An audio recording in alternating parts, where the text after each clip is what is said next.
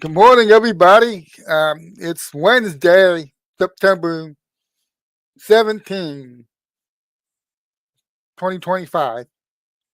There will never be another Wednesday, September 17, 2025. We're going to have to enjoy it the best we can and be productive and do all kinds of awesome things today.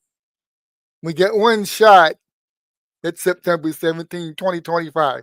We don't get a mulligan. Okay, we have to make it count. So, all right, look, I was going to talk about Kash Patel's appearance.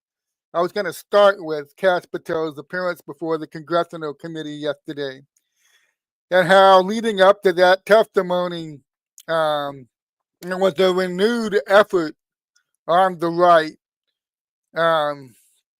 the usual suspects, talking about what an awful, terrible, rotten, no good job Kash Patel is doing at the FBI and how Trump really needs to fire him and delay everything and set everything back and go get himself a new FBI director.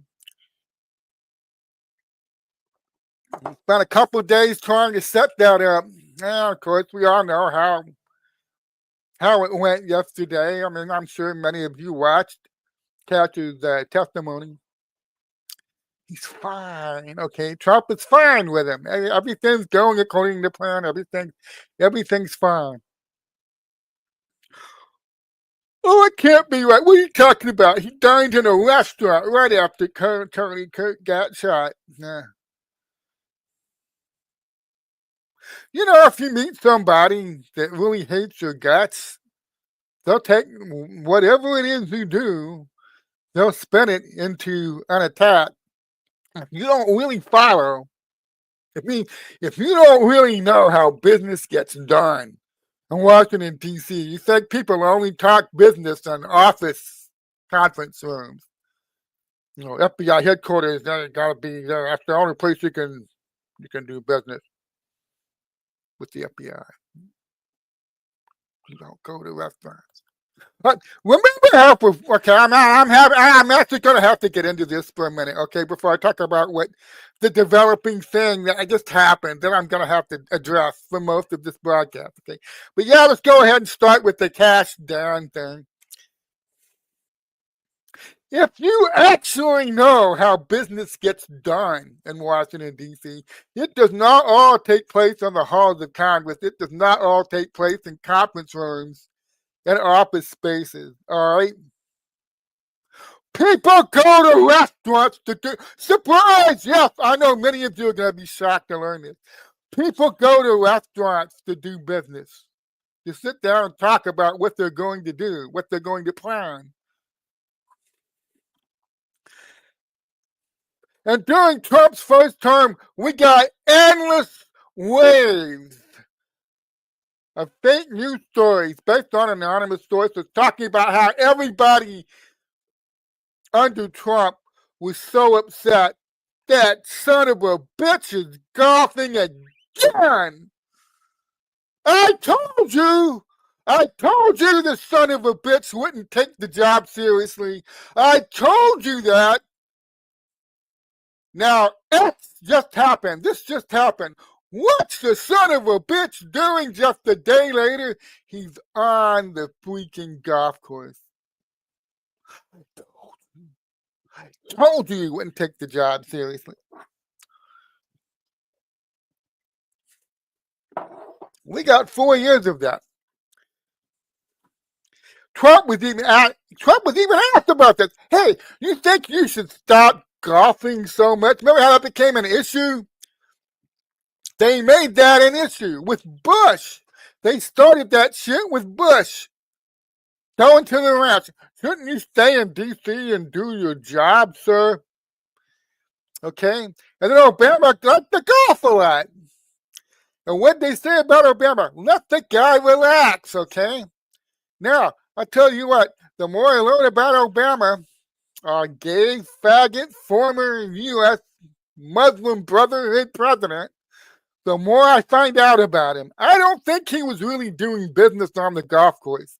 That guy wasn't really running anything, okay? All the times he was doing a golf outing, he was taking the day off, literally, yes.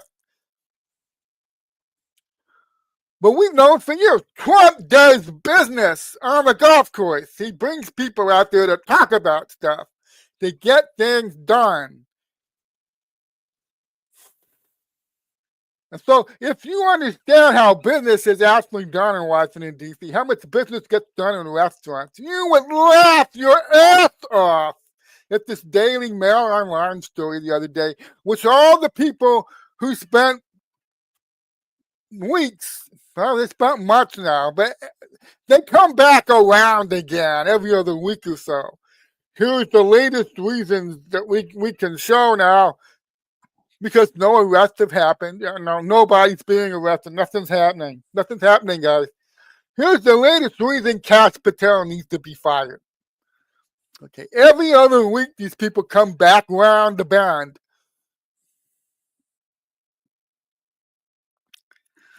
And they got some bullshit reason, always based on an anonymous source. Now, there are several anonymous sources, speaking with our reporter, on the condition of anonymity, familiar with the matter. They did this the other 10 sources. 10 sources at the FBI, anonymous, familiar with the matter. Oh, I think it's, one anonymous source familiar with the matter isn't impressive enough, maybe, to get the dumb people out there to buy in. Let's say we have 10. 10 anonymous sources. Let's say we have 10 anonymous sources. Okay. Impressive.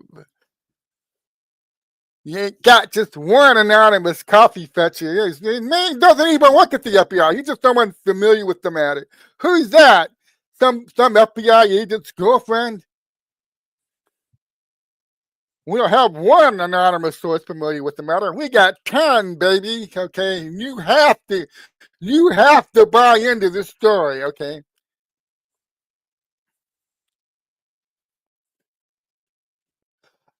I've been studying journalism. Long before I became a journalist, I guess you could describe my hobby as being a fake news media activist, critic, somebody who watches these guys and how they operate. And I keep telling people, since 2017, when my profile started to really go up, most of what's being passed off to you, and you instantly buy in because, the reason fake news is so effective, from the left or the right, progressive fake news, conservative fake news, the reason it's so effective, these are people who make serious money carefully crafting stories to grab your attention and hit you on an emotional level based on your confirmation biases, based on what you really, really want to believe to be true. These people make big money crafting this shit, okay? They do. They make a lot of money doing this. I tell people, ever since 2017, they know what your confirmation biases are. The people out there crafting fake shit, for the people on the left, they know what their confirmation biases are. They do. They study this. They sit down and research it. They will game it out. What do the people who are still trapped in the matrix, what do they want to believe? Let's give it to them. Give it to them. Okay. What? Oh, and when I say believe, the good positive thing. What's their biggest fears? What are their biggest fears or nightmares? Let's give it to them. You think they care? They're needlessly frightening people? Hell no, they don't care. They're making money. So I've watched for 10 years. That's division of fake news that's on the left that carefully crafts anonymously sourced bullshit stories to appeal to people on the left, their hopes and their fears, to keep them engaged, to keep them reading, keep them watching, keep them listening. Very serious business. These people make millions of dollars doing this. And they take their jobs, you want to keep the paycheck coming. If you're making $561,000 a year working for a fake news outlet, and your job is to carefully craft bullshit, anonymously sourced stories that will appeal to the hopes and fears, the confirmation biases of people on the left. You want to keep those paychecks coming, you better be good at your job. You better be good at it. And they are, man.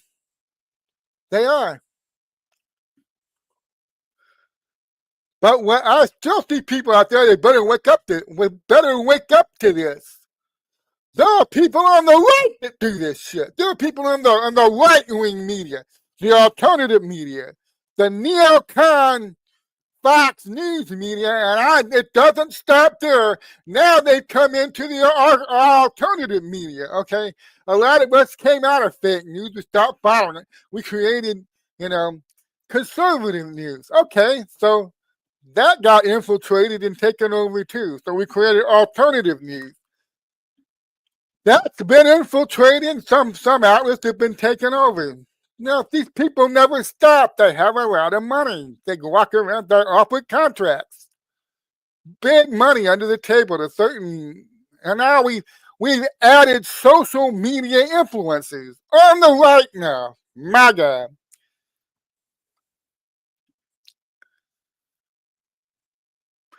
All they do all fucking day long.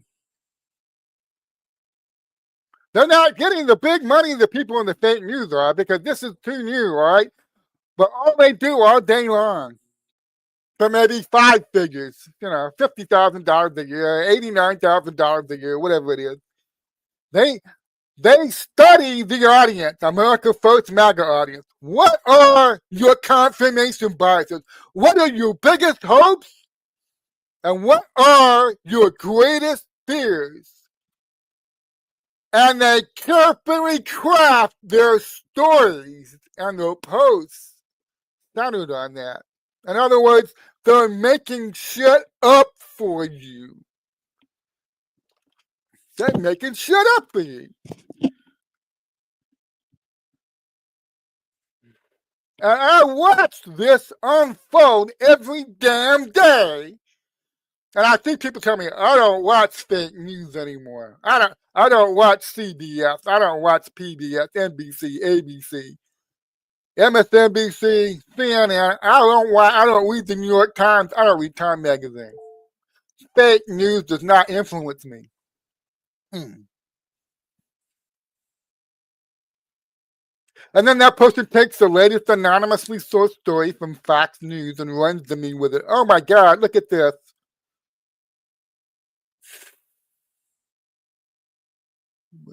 Yeah, okay. I don't follow fake news. Fake news has no influence on me.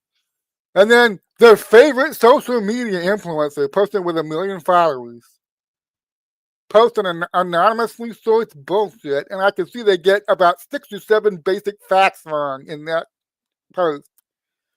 Oh wow, look at this, Brian. This is awesome. And usually it's some positive shit they think is happening. I'm having to explain to people over and over again.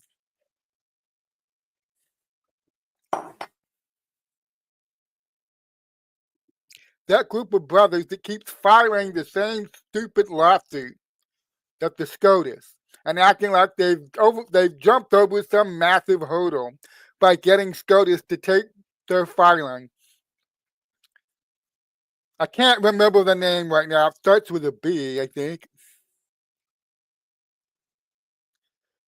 Every time they make a filing, they put out a PR press release campaign, and they do another round of fundraising off of it. And I have to explain to people. They know what your hopes are. They know what you want to see happen. They're crafting their filing. Okay, look.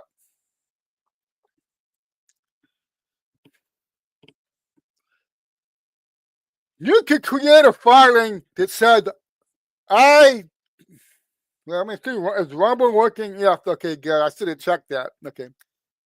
Bronson, yes, thank you, Dwayne. Bronson,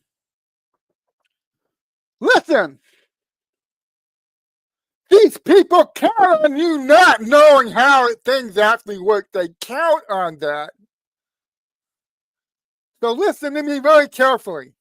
I could carefully craft a filing that says, I demand the FBI bring Elvis's brain out of the basement at FBI headquarters. That's sending out messages, that's controlling our government. I could craft a filing about that. As long as I cross all the T's correctly and I dot all the I's,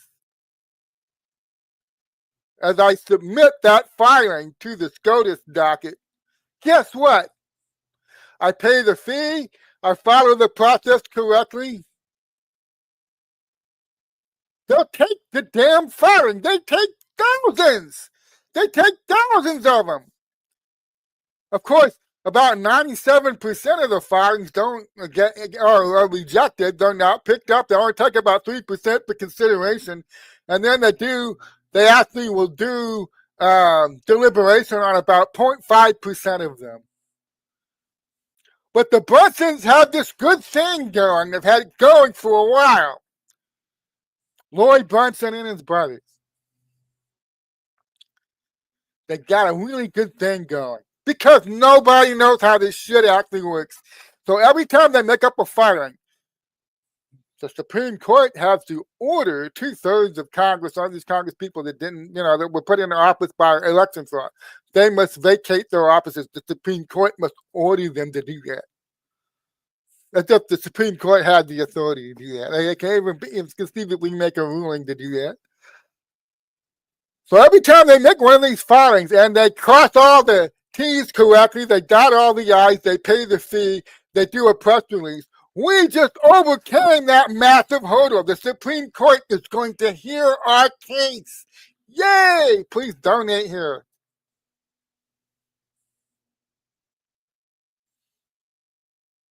Three years I've watched this shit go on. I'm trying. I speak up and people, oh, no. You're not helping. I want to believe this. I'm not saying you can't believe it. I'm just telling you it's bullshit. I'm just telling you. Look at the press release they put out there. We've overcome a massive hurdle by getting the SCOTUS docket to take our filing. Our case is going to be heard this time. Now, 2, the number of times they get that filing on the docket and the Supreme Court does absolutely nothing with it and passes it over like 97% of the other filings that are put on the docket.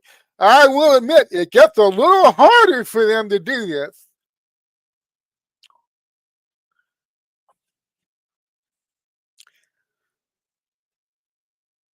They could keep going.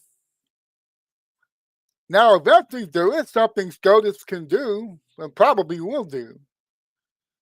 If they notice that about the 5th or 6th time these guys put the same filing in there and do a press release and fundraise off of it, the SCOTUS docket, the people that handle that will say, this case is rejected with prejudice, which means you will not be allowed to file this again. And that has happened to certain appellants in the past. But look, there's all kinds of people out there. The Brunsons are just a symptom, man. They're just one of the people doing it. They count on you not knowing how it works. They count on that. And they find a little niche industry there, and they exploit it, and they make money off of it. So I have to be that guy over there. I'm constantly I constantly get feedback. Why are you not helping? Why? Stop the infighting. Yeah, somebody's attacking Bobby, somebody's attacking Kash, somebody's attacking Dan. Based on what? Anonymously sourced stories being spread, not just by Fox News, but by their favorite social media MAGA influencers.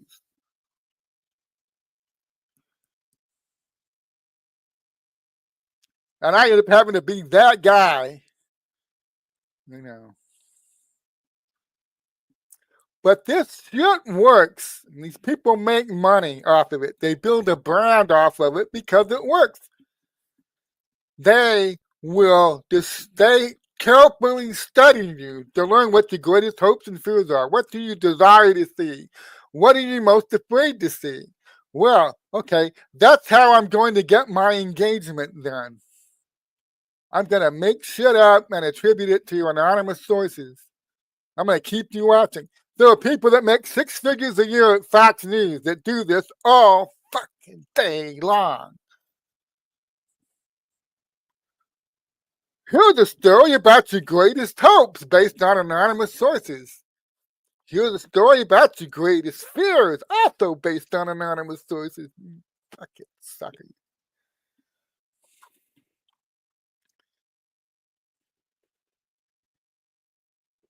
Intelligence is a burden.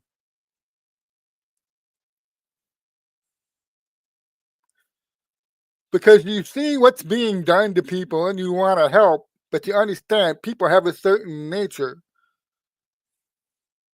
You see how their biases keep being appealed to build these brands, build them, expand them, increase them. And then there's more people than ever that say, holy shit, this works. I can build my brand too doing this. You got more people doing it than ever.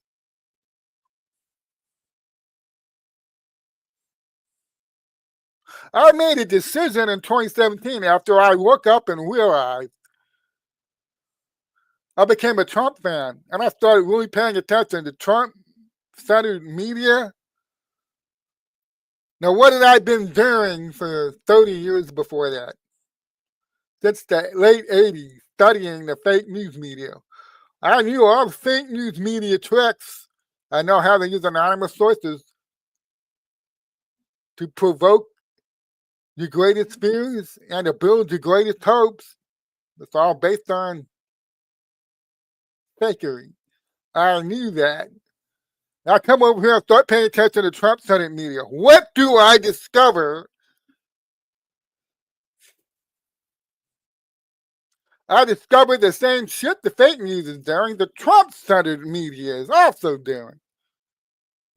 I got people in there, man. I got people close to Trump. They tell me things.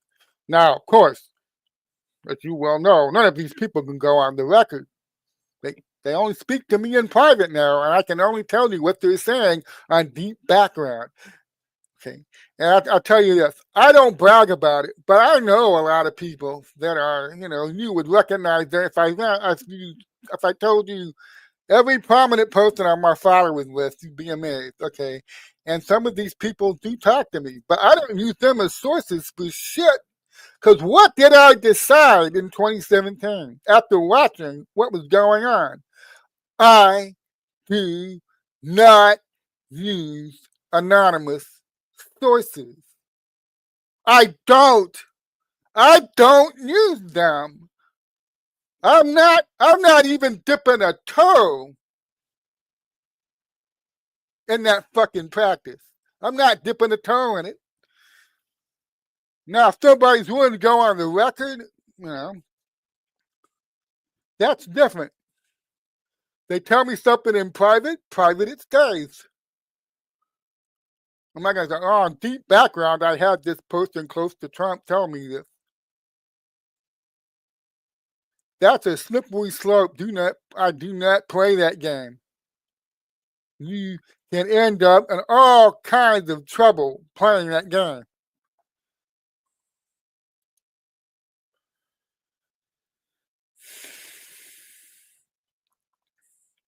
But about almost half of what a lot of you would consider top Trump-centered MAGA news media, probably 2/3 of what you consider top MAGA social media influencers, they're all playing this game. They're all playing it.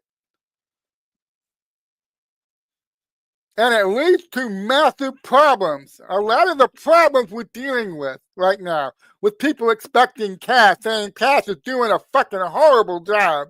Kash needs to be fired. Pam Bondi needs to be fired. Dan Bongino needs to go back to talking on the radio. Okay. A lot of that has been generated by this anonymously sourced bullshit industry centered around Trump. It's considered MAGA news media, MAGA posting. All day long, yeah, people tell me, I have sources. I have very highly placed sources around Trump. They say privately, Trump thinks Kash is doing a horrible job. Kash needs to go, but he's stuck. He's stuck. He doesn't, he's going to try to make the best of it. And I spend all day spitting this shit to you.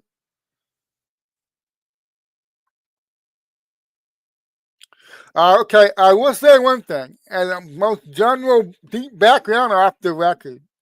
Most of the Trump people that follow me, the names that you would recognize, they're almost all say this, don't believe everything you read in the news that you see on social media. Don't believe it.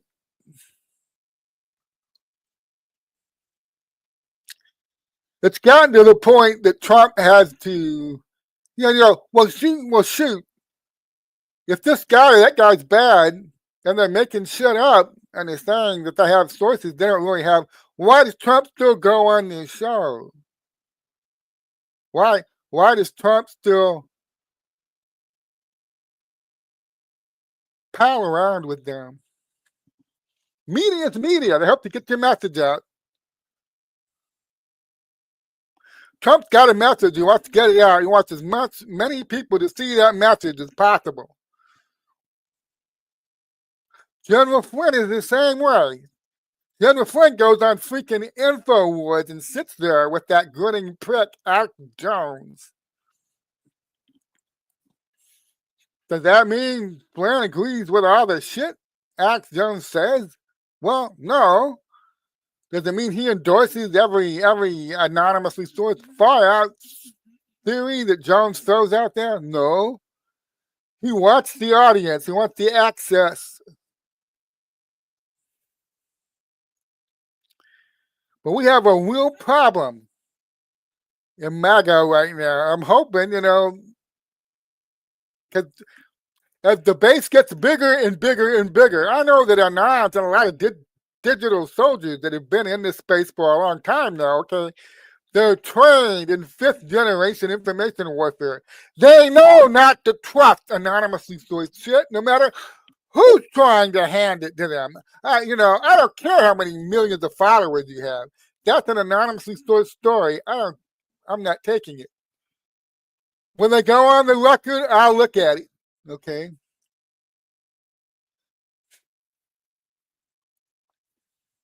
But we've got a problem. And hopefully, as the base matures over the next 3.5 years, by the time Trump goes and whoever replaces Trump, I keep telling people Trump does not intend to be president of the United States when he's 86 years old. All right. He's 82 now, right? 82? I forget how old he is. Okay. But if you say, well, he's definitely running again in 2028. He's going to run again. He's going to be president again for another 4 years. So that's 2032. How old will Donald Trump be in 2032?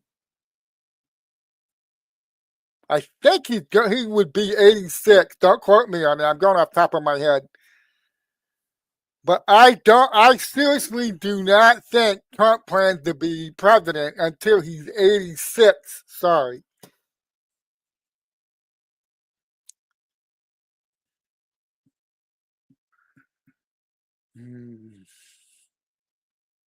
The man deserves a retirement after all he's done so far. But a lot of people want him to run again. So early on, he was trolling. Trump loves to troll people. And so I think he was trolling them by saying he was thinking about running again in 2028. Get that third term. Get the third term.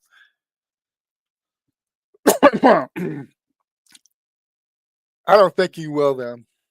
He's going to hand the baton to somebody else. And I'm hoping we have a mature community by then that will have learned, I don't care who it is, do not trust carefully crafted stories based on anonymous sourcing that's been designed to appeal to all of your confirmation biases. That's why there's so much chaos. There's a lot more chaos in the Trump base right now than there should be.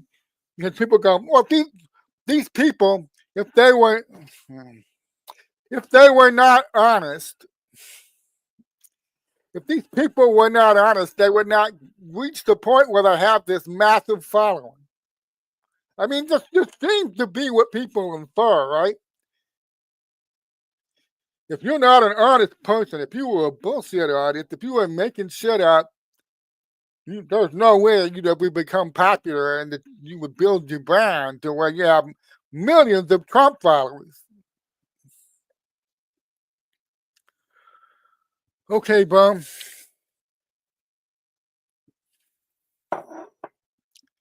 Oh, you know what I get hit with when I criticize one of these big accounts that's making, I don't know, it's making shit up? You're just jealous. You're just jealous that you're not as famous and wealthy and popular as they are. Mm-hmm.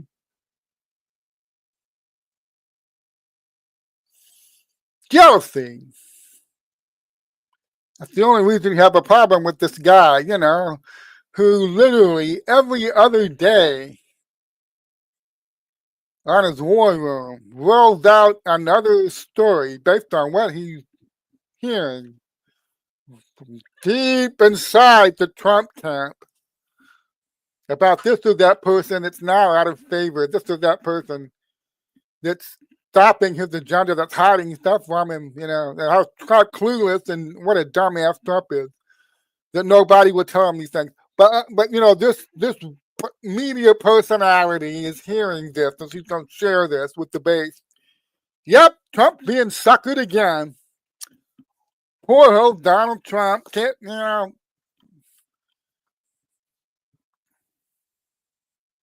Yeah, I'm talking about Bannon, right? Yeah, let's just go ahead and roll with that. I'm talking about Bannon, okay? The guy who was never a key Trump advisor, but who painted himself as being that, and then became so insufferable in the White House, constantly seeding stories in the right-wing fake news media about how Jared and Ivanka was stabbing the old man in the back. 2 years now. 2 years now. I mean, leading up to his exit from the White House. Bannon selling himself as Trump's Seven Golly. Okay. Trump didn't do that. Bannon did that. You understand the difference, okay? And right after Trump won the election, and all these stories started being seeded in the fake news, the left and the right, Jared and Ivanka are traitors. They are stabbing the old man in the back, and the old man is completely blind and he can't see it.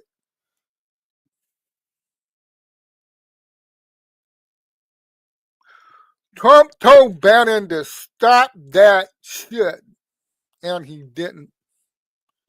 I mean, people pretend today it's some kind of big fucking mystery why Bannon was shown the door not even 7 months into the first term in the White House. And then screaming and breathing out eternal vengeance, Bannon heads straight to Alabama to get involved in the Senate race there, to teach Trump a lesson. And he writes the book and he gives interviews where he says what he really thinks about Trump and his family.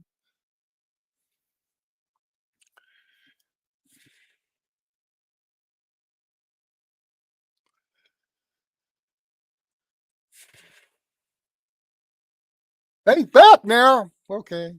The exile didn't last very long, did it? For a while, he's thinking, he could help destroy Trump. When he realized that was going to happen, what'd he do? Now, Trump plays along, but don't kid yourself that Trump doesn't know exactly what Bannon is. Don't kid yourself. The guy's very smart, very clever, and he loves using the new stage he's built for himself, the new audience. I'm back now. I'm super MAGA. I'm more MAGA than all the other MAGA out there. Me, Steve Bannon. And here's the latest stuff I'm hearing from deep inside Trump's inner circle. Every other day, he starts spinning one of these bullshit stories to the other day.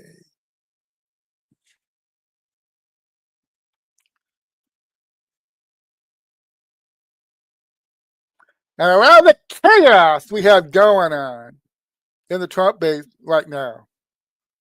Ooh. Where do you think it's coming from? Who do you think is stirring that up? Who do you think keeps that going? Keep these narratives going? Trump's deeply unhappy with Cass, and he comes out, puts a brave face on it. Yeah, but I have sources. I have sources inside the camp. See, I'm inside the walls. I'm in there. My people are in there. Okay, and they're telling me things. Privately, it's complete chaos. Nobody knows what the hell's going on. There is no plan. He was a LARP. Digital soldiers are a joke. Nobody knows what's going on. It's complete and total chaos. Trump spends all his time trying to manage the chaos because he's done another bad fucking job building a team around himself. Because I'm not on it! I'm not there! He's not listening to me! That son of a bitch is not listening to me. So I have to go on my show. And this is the only way I'm allowed to try to exert influence over the man now. Making shit up to feed your confirmation biases, the greatest hopes and the greatest fears. I am relegated and I'm pushed downwards into doing this. Fine.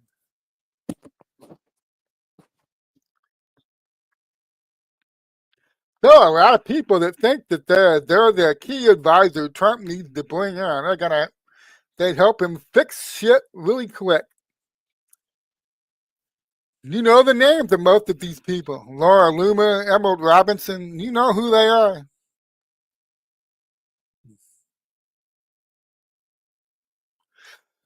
So a lot of these accounts spent the last 7, 8 months attacking Dan, attacking Pam, attacking Bobby, attacking Pete, attacking Tulsi, trying to stir up shit.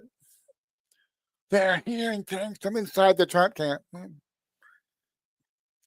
So a lot of the chaos and confusion over the last 8 months is because of anonymously sourced shit being fed to you by these people. And so Charlie Kirk gets taken away from us in the most evil way possible. And immediately, these same people start coming out and saying, look how Kash is completely mishandling this entire investigation. I'm pretty smart. I'm not in the FBI. I know that we only see maybe 3% of what's actually going on the surface. But I see enough that I know that guy's doing a really horrible job. And he needs to be fired, okay? Because he ate in a fucking restaurant in Washington, D.C. right after Charlie Kirk got shot.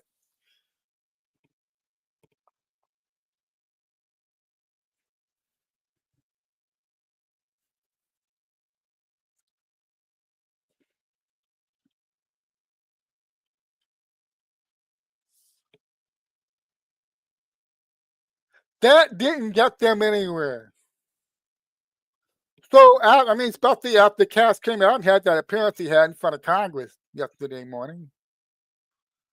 So, what were they doing by the evening? Well, Fox News put out a story with 10, count them, 10 anonymous sources, all claiming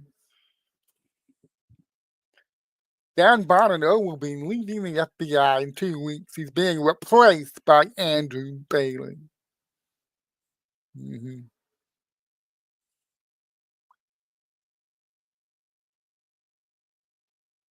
Yeah, I suppose anything's possible. But Dan hasn't sit Dan's a pretty forthright guy. If he's unhappy, I think he'd say he's unhappy. If he's leaving, I think he'd say he's leaving. He's not shy. If he said Trump was about to fire him, he said Trump was about to fire him. But when you look at the history of how things have progressed over the last 8 months, and you're aware of how many times anonymously sourced stories they used to stir shit up in our base,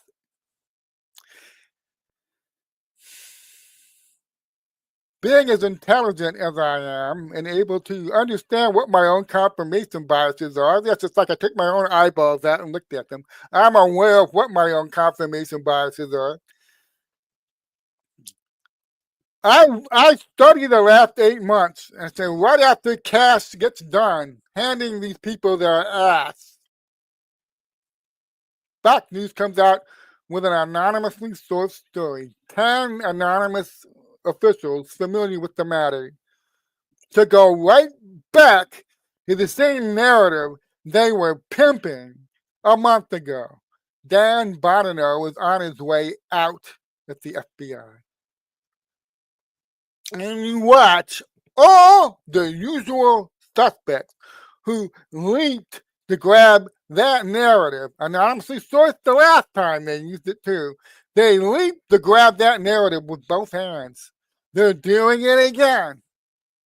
Emerald Robinson practically did a victory lap yesterday. I told you Dan Bonadio was on his way out. Yeah, well, we'll see, Emerald. Okay, we'll find out.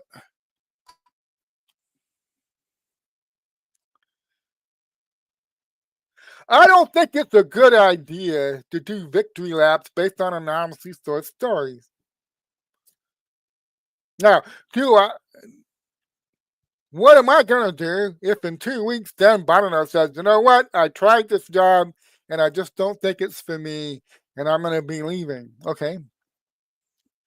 I will apologize. Wow, look. Turns out 10 anonymous sources familiar with the matter didn't know what they were talking about. But I like my track record so far over the last 2012, 13 years. I like my track record over the last, well, it's more than 15 years actually. I suck at math, okay? Don't quote me on how many years it's been since 2012. I like my track record since 2012. I'm not buying anonymously sourced shit. I like it.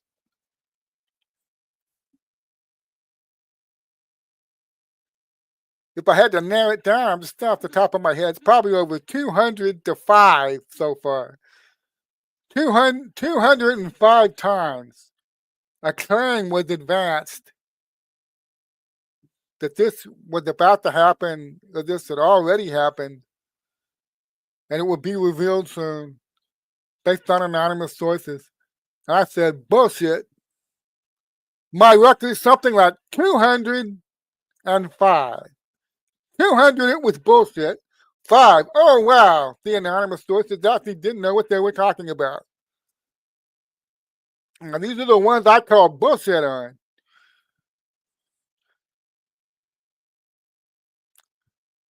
So I feel pretty confident, okay? But I admit anything's possible. We'll see in 2 weeks, okay? 2 weeks is what? Right now it's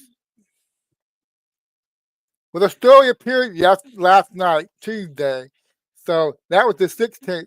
2 weeks falls exactly on September 30th. So if we reach like the end of the first week of October and Dan Bonano's still there slugging away, I'm not gonna say shit, but I hope you guys remember. I hope you remember how all these people out there try to get you all stirred up, try to get you excited, try to get you emotional, playing off of your greatest fears and your biggest nightmares. That's just a fucking hand waving magic act. There's nothing there. There's 200 times out of 205 times, there's nothing there. They're getting you all stirred up. They're getting you all emotional. And it's a hand waving bullshit magic act. And then why do they continue to do it? People fall for it. That's why they do it. Enough people fall for it.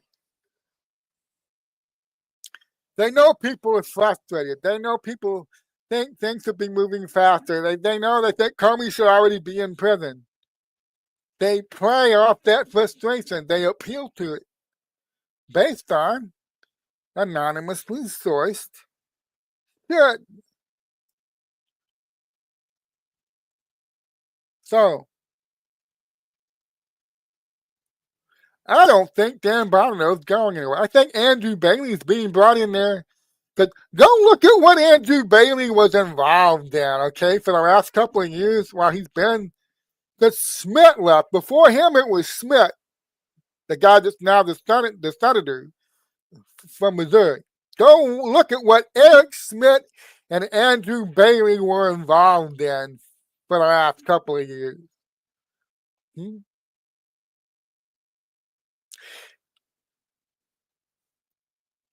Election fraud, Act Blue, Missouri versus Biden. The legal cases that took down the exposed the censorship state. That guy was involved. He was right in the middle of it. Go look at what Eric Schmidt and Andrew Bailey were involved in. Go take a look at that. Why do you think they're bringing in, various NGOs doing all kinds of shady shit? And they can't explain where the money went. Go look at what he's been involved in. The legal cases he filed. He's very knowledgeable about election fraud and Act Blue, money laundering. I think they're about to dramatically expand a bunch of FBI investigations. And they brought in somebody as a key advisor. But what are all the people out there who their entire fucking brand is built on constantly throwing anonymously sourced confirmation bias shit at you? How are they framing this? Ooh, this means Dan Bonano is being replaced. That's how they instantly framed it for you. And they continue to frame it for you that way, based on what they're hearing from their anonymous sources.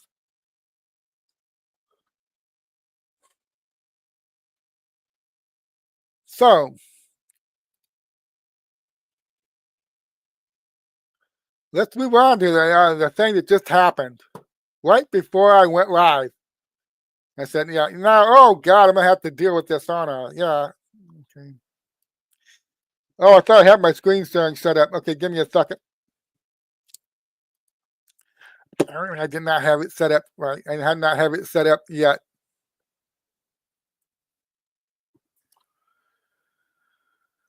Okay. Here's what happened right before, about 10 minutes before I went live. Here's what happened. General Michael friend made a post um, today. Well, give me a second. Let me check the date on that real quick. 12 hours ago, while I was sleeping. Let's go over what he said here, or what I'm responding to. Otherwise, you might miss the point. Okay, he's quoting Jackson Hinkle. 12 hours ago, General Flynn said, "This timeline and set of statements have to be part of any serious investigation of the Charlie Kirk religious assassination." And he put he tags in Attorney General Pam Bondi, TPUSA, Will Axe Jones, Joe Rogan, and Tucker Carlson. Okay, so let's take a look at the post that General Michael Flynn is saying. This timeline set of statements have to be looked at. Okay, Jackson Hinkle says, every Israeli connection to Charlie Kirk's assassination so far, he was groomed by Israel as a teenager. Maybe in a general sense, yeah, I mean, I could say up until a couple of years ago, I was just as brainwashed and programmed as every neocon out there when it came to the secular state of Israel and its government and who controls its government. Yeah, I could say that about myself. He was Israel's top non-Jewish loyalist. I don't know if I'd say top. He starts mildly criticizing Israel. Well, yeah, I don't know if you've noticed this, but Israel's been involved in all kinds of stuff, like trying to kick off World War III, trying to start a war with Iran, which Trump pretty artfully deflected by literally doing, a lot of people have not figured this out yet. The one thing that Trump did was the one thing they didn't want him to do. He removed the Iranian nuclear threat so they don't get to use that to browbeat people into doing certain things in the geopolitical realm that Israel wants to see them to continue to do. Basically, more wars, more military conflicts. Trump did the last thing they wanted by completely removing that threat. What they wanted was an old-fashioned Bush-era ground war, an invasion. They wanted the U.S. to lead a coalition, go in there and invade it and occupy Iran. That's what they wanted. Yeah, I understand why Charlie Kirk was starting to criticize Israel. There's a lot of things Israel's been doing lately that's worthy of criticism. He said Epstein was Mossad. Well, that's very limiting. There's a reason I talk about when I discuss the Luciferian cult and how it runs everything behind the scenes. It's got three main wings that it uses to dominate the world. One of which is, I call it the International Intelligence Conglomerate. The second one is the International Military Industrial Conglomerate. And the third one is the International Criminal Syndicate Banking Conglomerate. Three different wings, all part of the same beast, so to speak. When you say Israel, when you say Epstein was Mossad, like he's just working with that one specific national intelligence agency, oh man, you are really missing the picture there. He's working with the Mossad, all right. He's also working with the CIA. He's working with MI6. He's working with various United Kingdom intelligence agencies. We're not limited to just the CIA here in America. We have 17 intelligence agencies over here. CIA is just one of them. He's working with the IIC, the International Intelligence Conglomerate. you're sold this artificial division between all these national intelligence agencies when they're all controlled behind the scenes by one entity. Okay? You're sold. There's no coordination going on here. They're all competitors with each other. Oh, sure, bro. He said no Iran war on behalf of Israel. True, he did say that. And he loved the fact, and he championed the fact, Donald Trump found a way to solve that problem without a protracted war or a ground invasion. Charlie Kirk was very happy about how Trump solved the Iran problem, the Iran nuclear problem, for the next decade and a half or so. Don't forget, so we constitute that nuclear program. The people who actually run around behind the scenes have to come up with about $100 and something billion just to start rebuilding it. Tall order. Trump barked back at him over Iran. He said Israel had full control of Trump. Kirk did say that. He referred to Netanyahu as a bully. He feared Israel would kill him. Hamilton Smith posts about Kirk's fear. Netanyahu requests Charlie visit Israel. Netanyahu offers TPUSA huge funding. He refuses Netanyahu's funding offer. He became disgusted with Netanyahu. He let anti-Zionists speak at his events. And this is where, in the current environment, where speech control has failed them in almost every other regard, the draconian attempts at the censorship state failed, okay, chiefly because of Donald Trump and Elon Musk buying Twitter and turning it into X.com, and Andrew Bailey launching a lawsuit that ended up exposing the nuts and bolts of how the censorship state actually worked and rolling it back, okay. A big part of the censorship state was supposed to keep the lid on he used the word Zionist. I'd say any criticism of the secular state of Israel and who founded it and who controlled it, you're not allowed to talk about that. Okay. And the people who are behind Israel, who control it, who dominated it from its inception, and who ruthlessly suppress and exploit and manipulate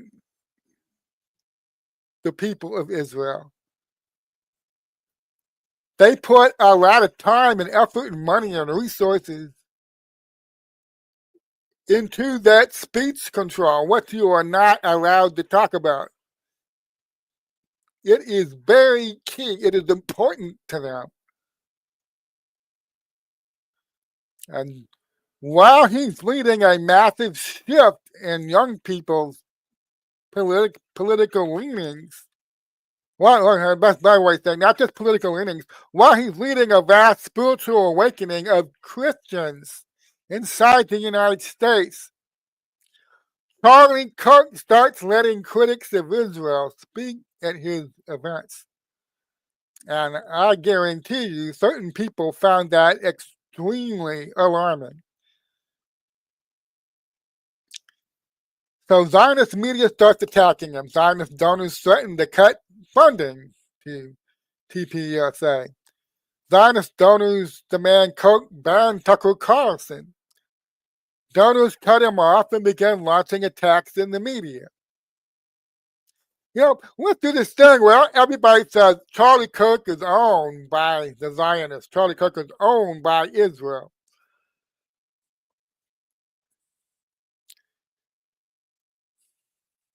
A lot of people that come out of the very friendly with neocon media, they needed it to start their brand. They needed to start with, okay.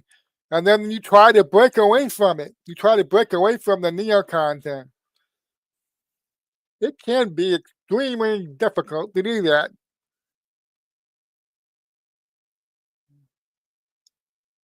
So donors cut Coke off. They start launching attacks. Laura Loomis says Coke backstabbed Trump by doing this, by letting anti-Zionist people speak at his events. The Zionist FBI director fires the chief of Utah FBI. He has anti-Israel interview with Shapiro. Shapiro attacks Cook on Mark 11. He has combative meeting with an Israeli rabbi. This is a long list. I'm not going to read this whole thing. Basically, you can read this for yourself. Okay. The pastor yelling, shoot me. Okay. Netanyahu tweets within minutes of Charlie Kirk being shot. Israeli media first to confirm Charlie's death. Private jet takes off 12 minutes away. Private jet disables location monitoring. Jet is owned by Chabad Leibovitz donor. That's an interesting rabbit hole to go down. FBI says foreign intel assisting investigation. Yeah, all the way down. I'm not going to read all of this. Netanyahu goes on a media blitz about Kirk. And Netanyahu comes out and specifically says Israel did not kill Charlie Kirk. So all kinds of conflicting statements go on here. Candace Owens, Mike Sotovich. So this is what General Flynn is pointing at. He's pointing at this now. He's saying, yes, this had to be investigated. So after reading that, I made this post because, like many of you know, I follow Q, I read Q. I've been a digital soldier for many years now. I actually research stuff, okay? Let me just read it to you. I understand that for some of you, you're still trying to break the programming. That's hard. I understand that. I was somebody, I couldn't even look at the truth about 9/11 for about 20 years. Could not even bring myself to look at that. It was like the moment anybody said, Brian, our government is not what you think it is. It is not doing what you think it's been doing. Okay. And Brian, our government on 9/11, and it's like right at that moment, my brain would shut off right there. 20 years. And it wasn't until about 2022 I saw enough that I began to question my own. I realized now what it was. It was programming. I began to question my own thinking, my own beliefs about 9/11. And I understand there are some issues out there where it is very difficult for some people to do that. So you have, for the last 10 years, many of you, since a certain golden-haired man and his wife descended a golden escalator, discovered that our government was not, I repeat, not what you thought it was. Our country was in a situation that you did not know it was in. It was not doing around the world what you thought it was doing. Now, this had to be clearly shown to you. And you had to fully understand it and accept it and demand that this situation be changed before our country could begin throwing off the foreign entity that has been controlling it and dominating it. You had to see that. You had to understand it. You had to accept it. And you had to demand that this be changed before Donald Trump could do anything. He could not do it first when you did not understand this. That's why I tell people back in 2017, Donald Trump turned around and said, I want you to arrest Bill and Hillary Clinton. I want you to arrest Joe and Joe Biden and his doctor wife, Joe Biden. I want you to arrest Barack Obama and his wife. I want you to arrest all these people. And he launches it right there. Before the country understood what he was doing and why he needed to do it, that would have been an absolute disaster.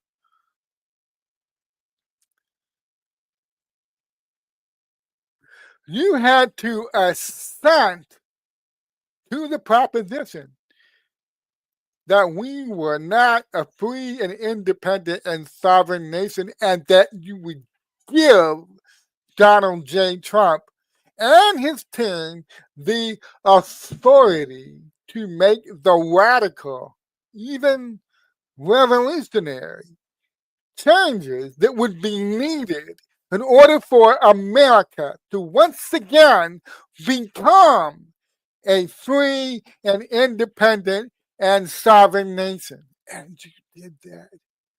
You returned him to the White House, and he is getting it done. Now, look at Israel. Take your eyes and look at Israel. Look at Israel's government. Take what you have learned about a hostile foreign entity that took us over here in the United States and relentlessly gaslighted and programmed us to prevent us from seeing what they were doing to us for over 100 years. And I want you to look at Israel with new eyes. What has that same hostile foreign entity been doing to Israel and Israelis? What has it been doing to Israel and the Israelis with relentless gaslighting and programming? How are the people of Israel ruthlessly suppressed, exploited, and manipulated and victimized by their own government, which is very much not free, not independent, or not, and certainly not sovereign any more than we were until very recently? You understand now that almost every single president we've had here in the United States for the last 130 years was either a puppet who was doing what he was told, or he was removed one way or another. What about Israel? Are Israel's leaders truly free and independent? Or like us, were they dominated and taken over long ago by the Iron Bank?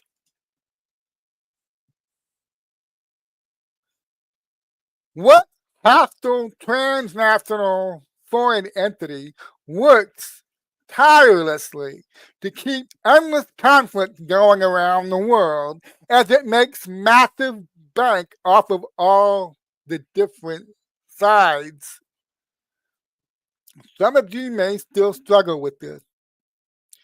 You can see what's been happening over here as America first casts off the control of this hostile transnational entity. But you have been literally programmed all of your life to self-censor your own thoughts, to self-censor your thought patterns, and look at Israel in a very special way based on religious argumentation. All I can tell you is this: Israel needs a Donald Trump.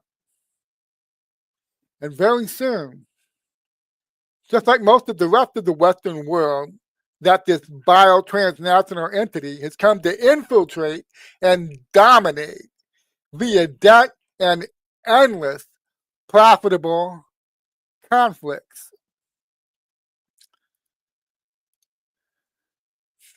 When I started coming out a while back and talking about,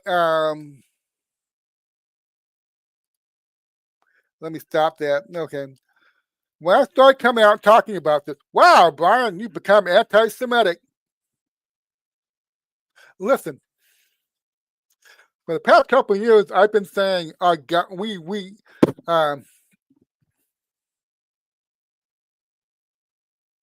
American citizens do not actually have control of their own government. We are occupied power. I know that sounded insane to some people when I started saying that. There's an iron bank out there. There's a hostile foreign entity, okay? It's a cult, literally. It's made up of a bunch of super duper wealthy oligarchs family.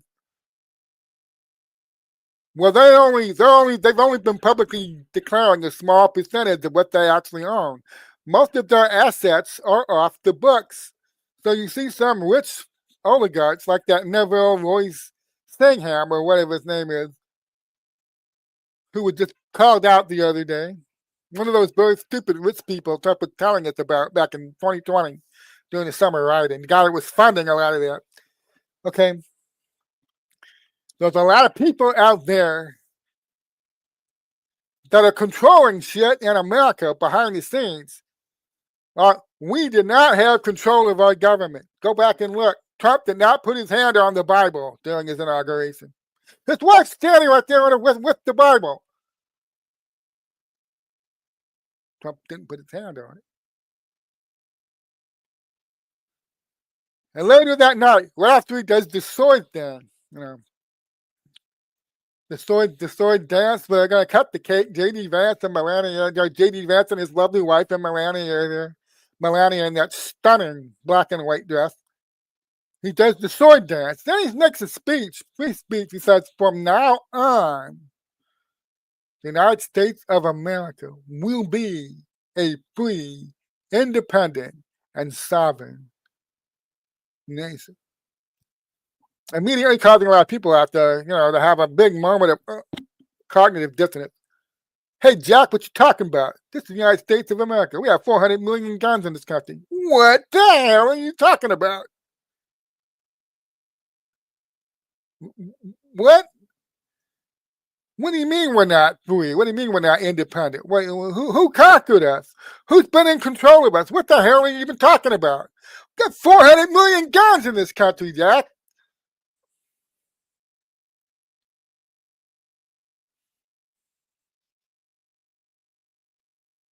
Listen, how much good did those 400 million guns do when they launched the COVID pandemic on you and they closed down your churches and they closed down your businesses and they forced the kids to stay home from school if they were allowed to go to school? They forced them to wear masks. How much good did your guns? Why, many of you out there knew they were lying to you and you knew something really bad was happening.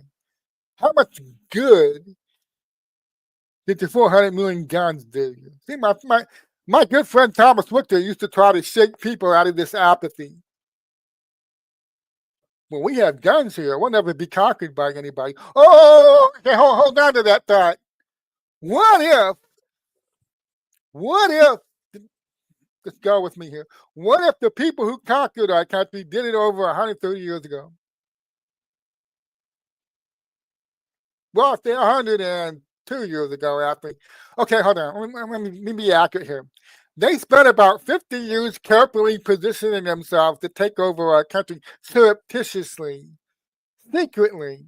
About 50 years carefully, incrementally positioning themselves for a hostile takeover.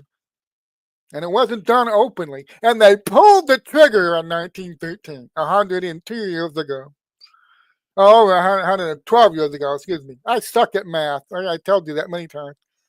Okay. They pulled the trigger in 1913.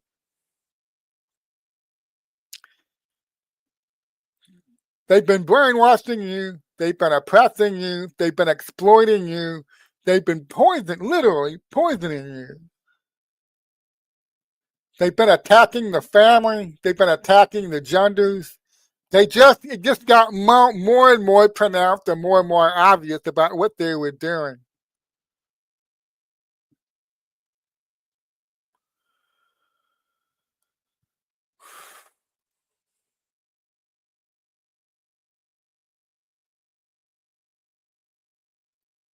Yeah, I think we need to ban that account. There's somebody trying to post links to another podcast in my chat. Don't worry, my brother's on top of that. But for over 100 years now, since 1913, they took over.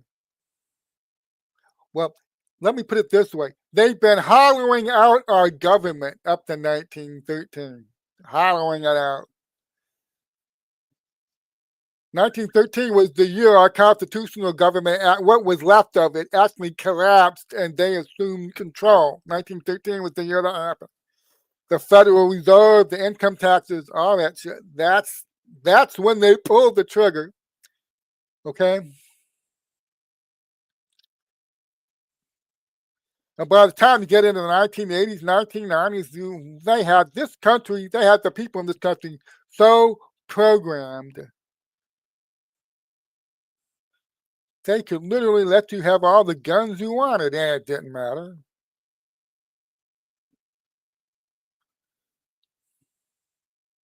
How did they trick you into pumping literal toxic shots, more than 70 shots at this point? I know many of you out there, I'm going to say this in a way, I'm just trying to be general here. I know you were tricked. I know you were fooled into doing this. How did they trick you into harming your own kids, their neurological and their physical and mental and spiritual development with the childhood vaccine schedule? How did they went from 5 shots all the way to 70 plus on the current schedule? How'd they do that? What good did your guns do you in preventing that from happening? You see what I'm getting at? If you can program people, if you have, they grow up being told, now here are the medical and scientific experts. Listen to them. Do what they tell you. You're programmed from an early age to do that. All right. You bear no guilt. You're a victim. You've been victimized. But I explain this to people, and Thomas Richter was explaining this to people. When they have this type of control, and they're in charge of your education, they run all your public schools. Thank you, Thomas Dewey, you faggot. They control all your public education. And I know like 80% of people in America, they have any education. All they get public school education, okay? They control that. They control academia. They control the news media. They control Hollywood. They control almost every single cultural institution. They even control many of the churches. Okay? How you gonna escape that? How you gonna escape the program? This is the expert now. Do what the expert tells you.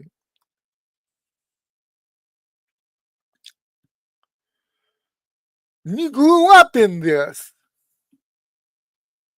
I'm sure even a lot of people that are iconoclasts and they challenge it from an early age, they can look around and see why most people don't. Most people don't challenge it. Most people don't question it.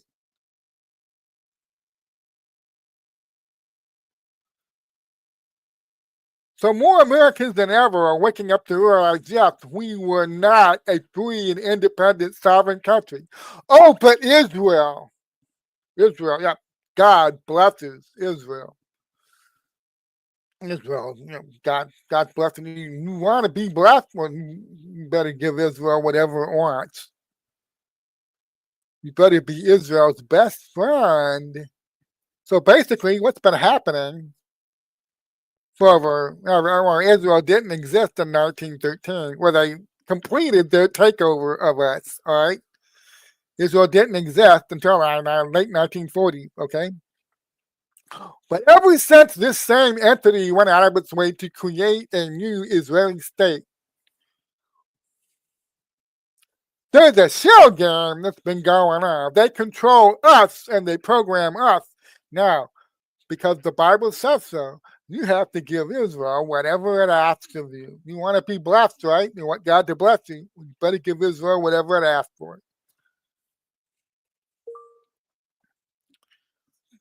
Programming.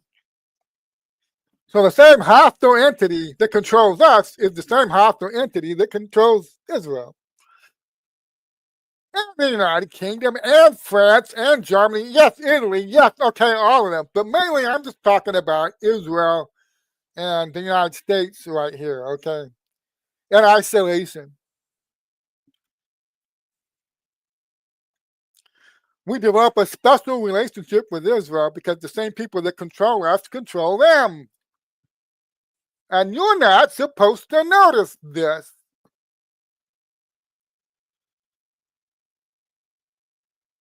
You're one of the bad people. You're one of the anti-Semitic people. If you notice this and you start talking about it, you're bad. You're very bad if you discuss the fact that there's a worldwide oligarchs cult chiefly involved in banking that's dominated the Western world and ruthlessly exploited it and suppressed it and manipulated it for a long time now. You're a problem child if you notice that.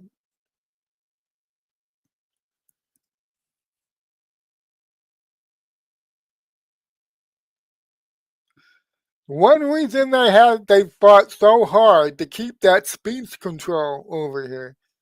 One reason they invested so much time, effort, money, sweat, tears, prayers to barrel. Okay. Or prayers to barrel. Okay. One reason they did that. Literal, totalitarian, draconian speech control. As the Great Awakening picked up speed, they had to step up their censorship efforts to try to squash it because they realized where most of the Americans who were waking up, where they were going to end up sooner or later. Now, my government's been doing all this shit. Excuse me. My government's been doing all this shit to me my whole life. Programming me, brainwashing me, oppressing me, exploiting me, stealing out of our treasury, using our military to do trafficking shit all around the world. Only that. Sooner or later, somebody who wakes up to that is going to look around the world and they're going to wonder, well, who else? Who else is in the same fix we are in?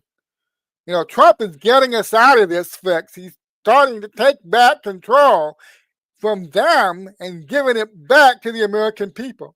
But they knew if the Great Awakening was allowed to keep going, allowed to pick up speed, eventually enough awakened Americans were going to look around the world and go, who else is dominated by this foreign entity that's controlling them and controls their government, their news media, their entertainment media, the same shit they're doing here, they're doing over there.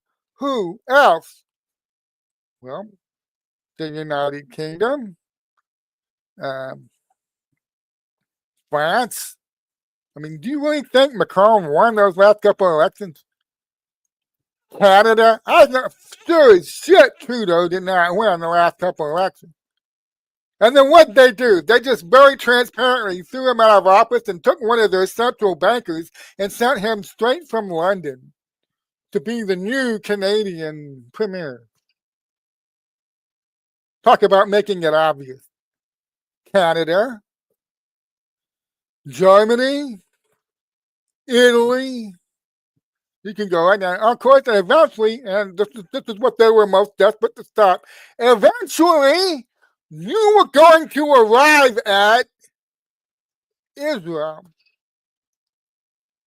And then over 100 years of programming was going to be placed at risk.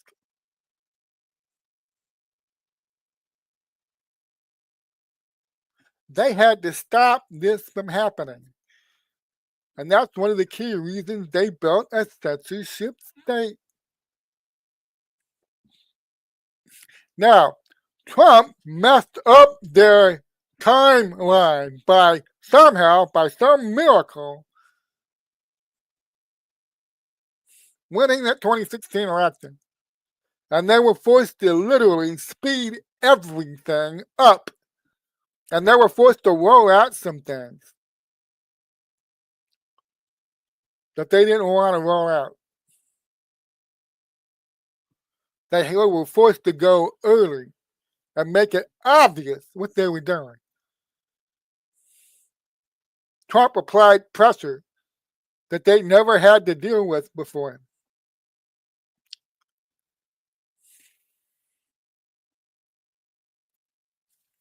And 2020 was the big year. They launched the pandemic. They were hoping that would get rid of him, shutting down the economy. They were hoping that would absolutely freaking destroy the man. And it didn't. So we got the summer riots. They spent a lot of time preparing those summer riots, positioning their assets with Antifa and BLM, all those revolutionary groups out there. Okay, that they're still funding today, by the way. I spent all the time carefully positioning in multiple cities, about 20 big key U.S. cities, positioning their forces, and then waiting for the right case to use to launch the go order. And it turned out to be George Floyd, Minneapolis. So they were hoping the summer riots would get rid of Trump. And of course, Trump wasn't destroyed by that either. I mean, a lot of bad shit went down over the summer, and they literally surrounded the White House and forced the Secret Service to put Trump in a bunker. Burned down that church right across the street, okay? Applying a lot of pressure to see if the guy would crack, if he would do what they wanted him to do, which was order the military in and crack down and become the tyrant that they wanted to see. He didn't do that. And then the Hunter laptop story breaks, and that's when they were really forced to start coming, all during the COVID thing and the summer riot thing. The censorship state was lured out more and more into the open as they tried to crack down on free speech and get control of the national public square on social media. I mean, I already had fake news on both the left and right, but social media was the problem. That a lot of people were going around fake news, the left fake news, the right fake news. They're talking to each other in social media. They had to get control of that. So they were forced to crack down harder and harder as the year went on.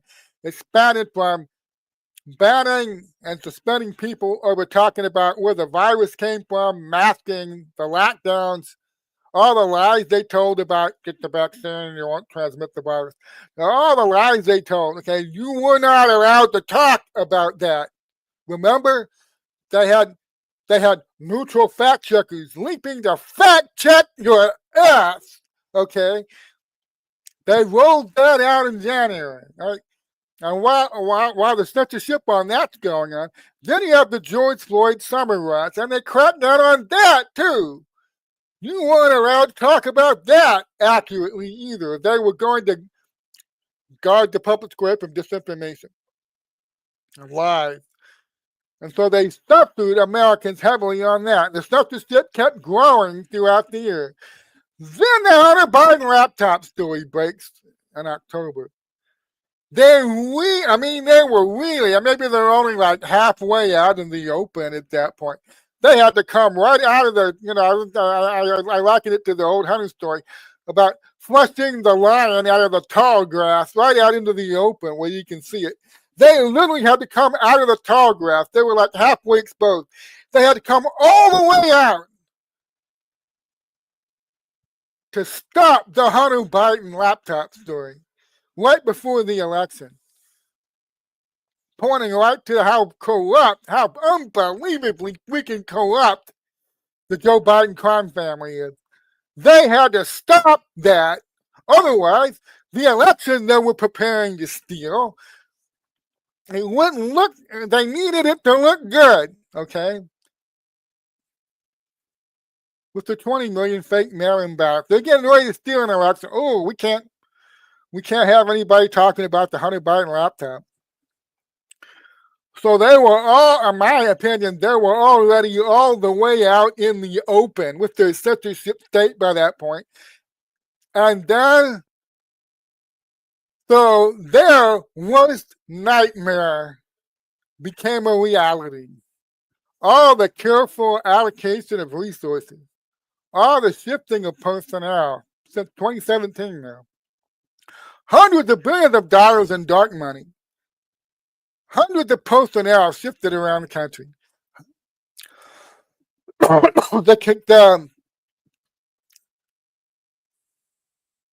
what I'm searching for. The commitment of vast resources, time, money, energy, people,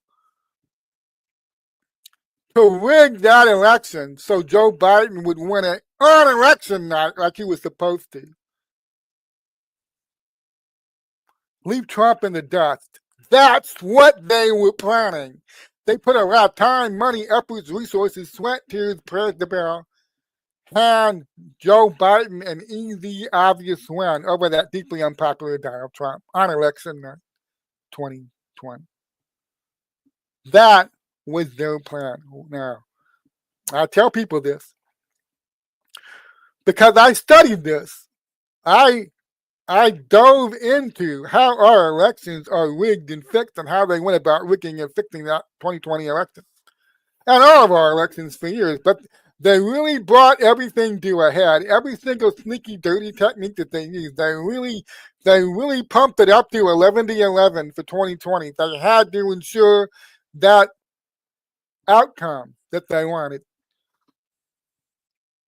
And they injected around 20 million fake votes into that election. And all of the 20 million fake votes were injected when?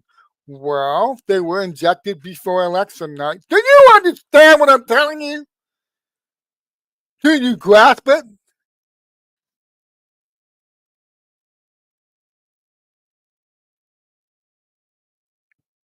%80 of the fraud happened prior to election night.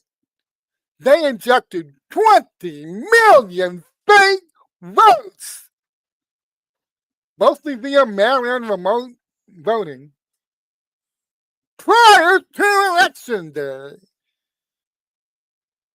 Did it work? Well, if you were watching on election night, you know it didn't work. Trump was going to win anyway by a comfortable margin. Unless these vile people did something dramatic and desperate, which is exactly what they did. Trump forced them.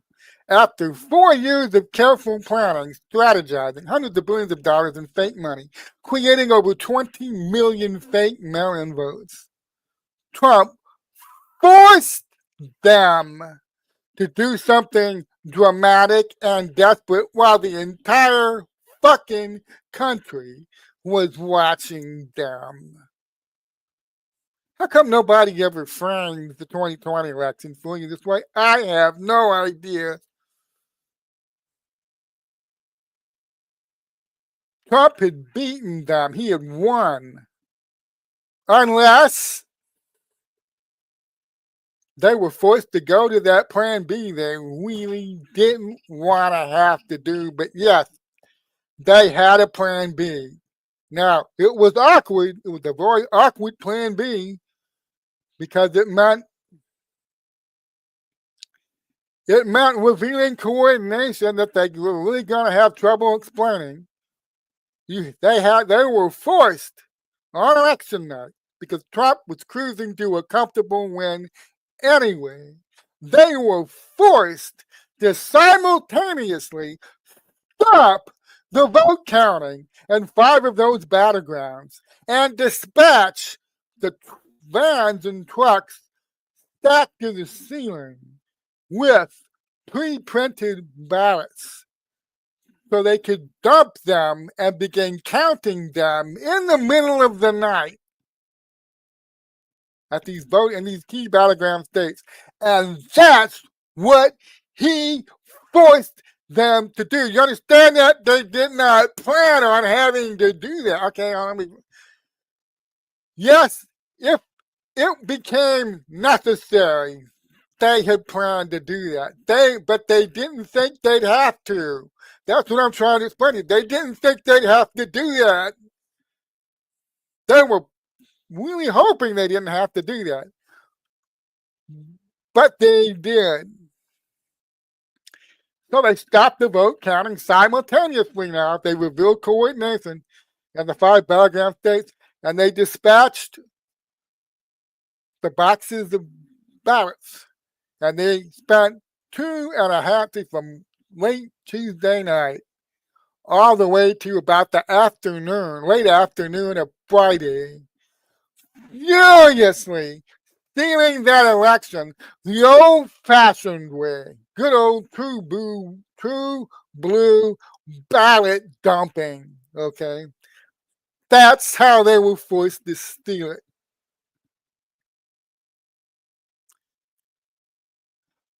Over 20 million fake mail-in votes, and they spent billions and billions of dollars manufacturing that. Did not get it done, so they were forced to dump over 2.5 days around 43,000 fake ballots in 5 battleground states, so they could all declare demented Joe Biden the winner of the 2020 election Friday night. A mere 43,000 votes spread across 10 battlegrounds. It was like, 11,000 in Arizona, 12,000 in Georgia, or whatever it was. I mean, they were forced to do that now.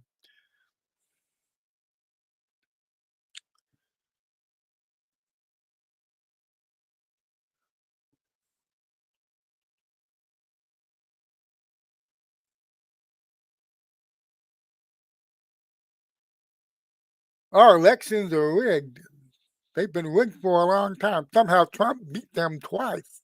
And the first time, I'm still trying to wrap my head around how they did it. I've been telling you for a while. I said all the conventional explanations how Trump won in 2016. Listen, these people have the machines that count the votes. It actually does not matter how many people show up to vote. They can rig any result they want via those machines. I'm telling you, something went on behind the scenes, and whatever it was, some of these people were forced to go along with it. They didn't want to. They were forced to declare that Trump had won. Here's where I'm going with this. You understand that there are a lot of this dark money, a lot of this shit that goes on to rig our elections. You understand we're not the only country where this shit goes on, right? You know that. Well, our elections are fake and gay, and they rig our election. They stole 2020 from Donald Trump. But the Canadian people, man, those Canadian people, man, they need to pull their head out of their asses. That's why they keep voting for these socialists.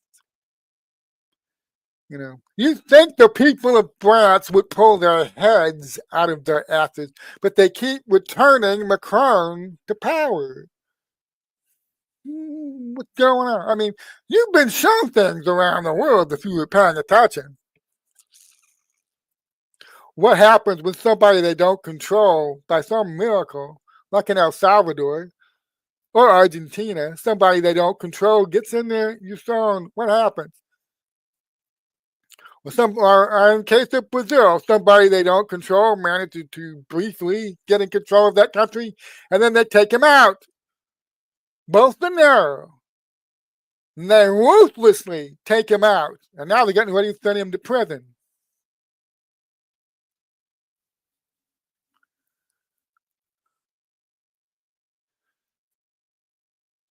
We're not the only people in the world who have elections that are fake and gay. You understand what I'm telling you?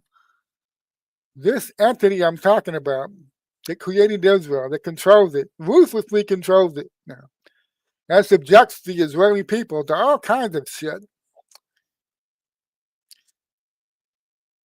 We're not the only two countries where they've been doing this stuff.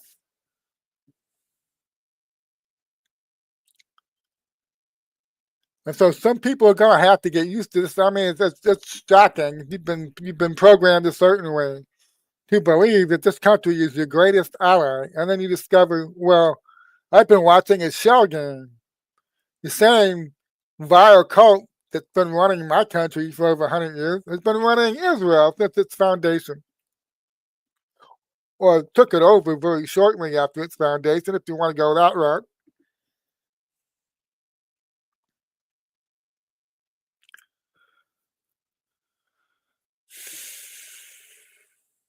This is what they always tried. This is what they tried to stop with the censorship state.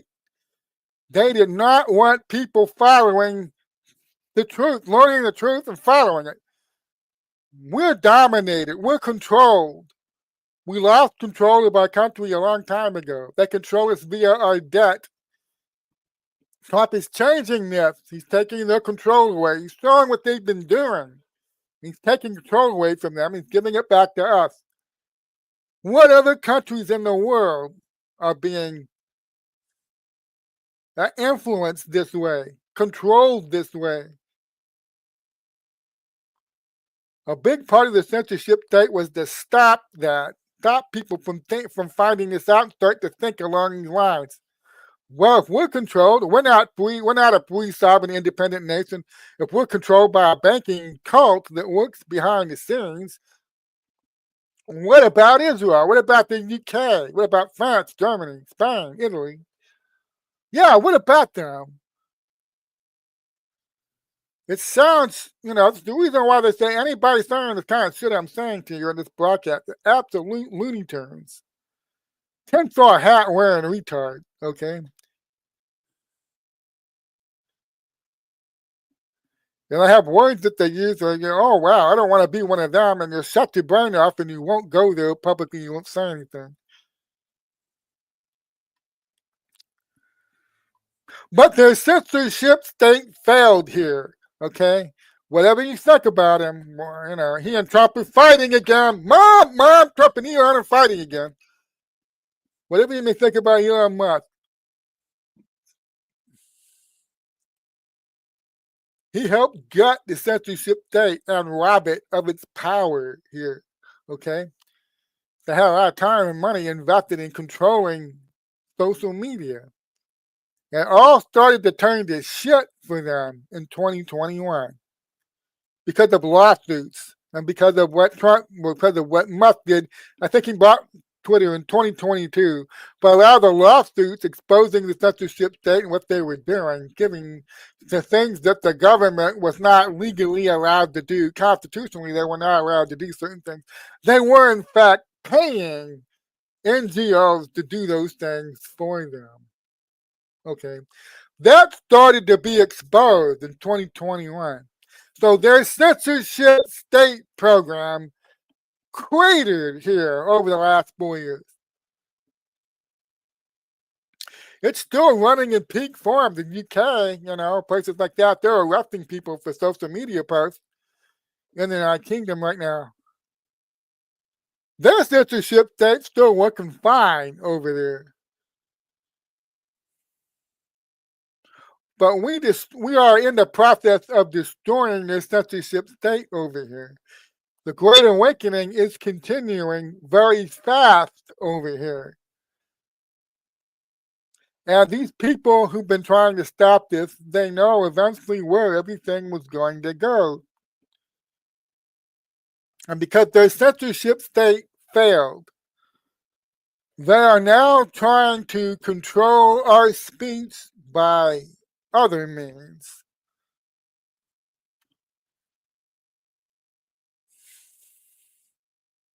Trump is literally rooting these people out of our government, okay? It's going to take them a while. There's a lot of them, all right? It's going to take them a while to get that done. But we've already robbed them of their power to guide and steer the national conversation. We took that away from them. They can't prevent the national conversation from focusing on things and talking about things that they don't want Americans looking at or talking about. They're desperate to stop the conversation on certain subjects. Where did the trans community come from? Why is it so fucking important to these people? 1 minute we're all talking about whether we should allow drag queens to read storybooks to the kids at the library. And the next minute, we're being called bigots and homophobes because they want kids to attend transvestite drag shows. And then 5 minutes after that, there's a highly organized, well-funded movement to have in our schools, down to our school level, the county school level, to have boys put on wigs and running girl sports. What happened? Well, they don't want you looking into that. They don't want you studying how did this come about? Who created the trans community? What's the point? Why'd they envision it, fund it, create it, find promising candidates for it, put them in therapy for several years? Who was behind this? Where are they taking it? Well, where are they taking it? I don't know whether you've noticed this or not. As they lose more of their ability to directly control our speech using the government, they are attempting to control our speech by other means. Did you know back in, I mean, this is memory hole. No, nobody's supposed to remember this. Did you know in just a 2-year period from 1970 to 1972, over 2,500 bombs were set off inside the United States by the revolutionary left? Did you know that? Go look into that. Go research that. What was the biggest mass wave of violence, political violence now, in the United States in my lifetime? Go ask Grok that. Say you're 60 years old. What was the biggest wave of politicized violence in America? Now, compared to what they want you to believe right now, where that right-wing violence is just over the horizon, and historically, all the political violence in this country has come from the right wing. You're going to be surprised when you actually research this. What was the biggest wave of political violence in America? Well, it was when the political left was unable to get George McGovern into office, and they ended up with Richard Nixon. And the Vietnam War was still going on.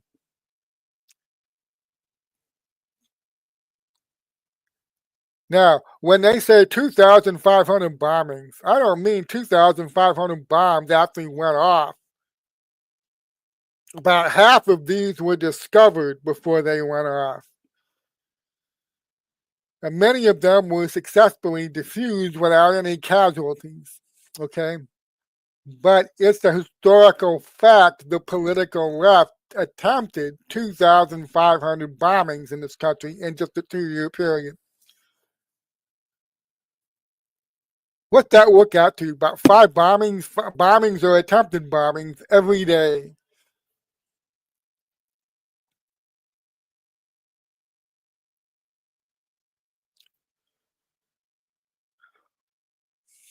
When you can't reason people into not looking at certain things or not talking about certain things,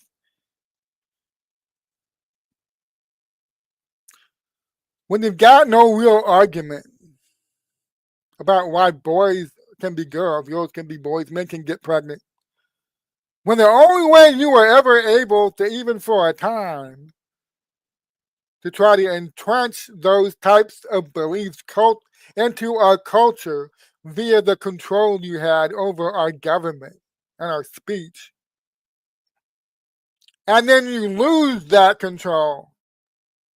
And you still don't want people talking about how boys can't be girls can't be boys, men can't get pregnant. You do not want people saying that. You can't use government power anymore to enforce the other side to shut up. Well, then, you are going to be forced to attempt speech control by other means. And that's exactly what domestic terrorism is. That's exactly what domestic terrorism is. It's attempts at speech control by other means. So you may have noticed in the last 2-3 years or so, a lot of the mass shootings that are going on are being carried out by people, young, confused kids that can literally be called trans terrorists. They're very unhappy. They're taught to view themselves as being under a massive existential genocidal threat. They are programmed to believe this. If you won't stop talking about this shit because we told you to, well, we will threaten you and we will terrify you into not talking about it.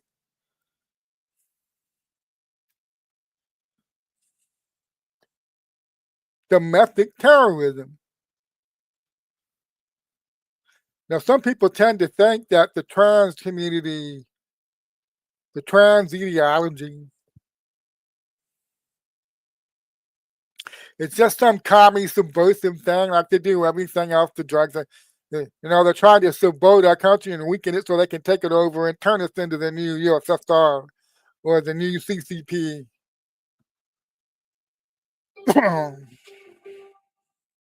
They think this is just some new way that the commies invented to fuck with the rest of us, to destabilize our country. Well, listen, you need to go study this hostile entity I've been telling you about. There's a reason I call it a cult. The reason I've been talking about Luciferians lately, okay? These people worship Satan. People worship Lucifer. Not all of them, many of them do. Many of these big families I'm talking about that hide, they very studiously, after they go cause the World War I, World War II, Korean War, they write themselves out of the history. Okay. If they control our academia and our media, it's pretty easy for them to do that. About funding all the different sides and making bank off of it. They write themselves out of the story. Okay?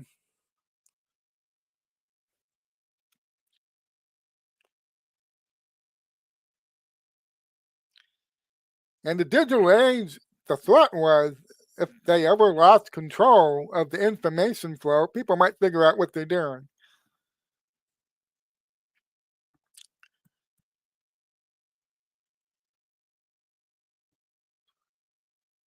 The idea that you can take a man and a woman and turn one into the other and mash them both together and create a new, unique type of being is at the heart of Luciferian religion.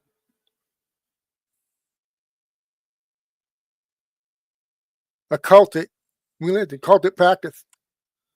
You can alter reality. You can take a male and female, man and woman, merge them together, and create a new thing. The transhuman. There's a reason all the idols, the Luciferian pagan idols that you study history, they have both male and female sex characteristics. This isn't some tacked on afterthought. They're just the latest way they came up, the commie Marxist gun came up with to fuck with the rest of us, is what I'm telling you. They were always headed here, okay? This is what excites them. This is what they get excited about. They're in rebellion against the natural order.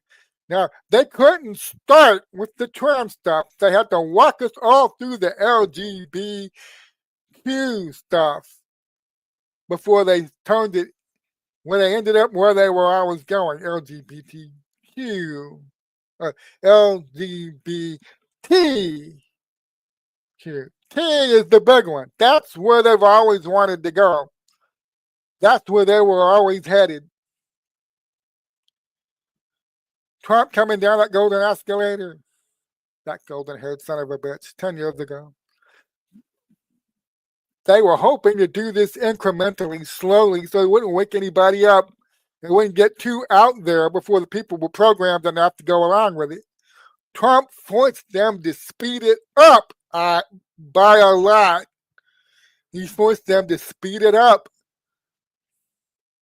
They had to, even though the Great Awakening is going on, more people are waking up. What were they going to do? Stop? Well, no, they can't stop. They're committed at this point. They have to move forward. Just go faster. Try to get it done. And we're now at the point where they're literally trying to use trans terrorism to keep the program going. Well, listen, we have to allow puberty blockers for kids. We have to allow the surgeries and allow the cutting off of healthy breasts and allow boys to have their penises cut off and replaced with artificial vaginas and vice versa. We have to do that, or these people will kill themselves. Or they will get violent and they will kill other people. We have to let them continue doing this. Remember, for a long time, they used the suicide argument. These kids are going to kill themselves. That's how they got so far with it. How many years did they use that excuse? You must let us do this, or these children that we've been programming for about 20 years now will kill themselves.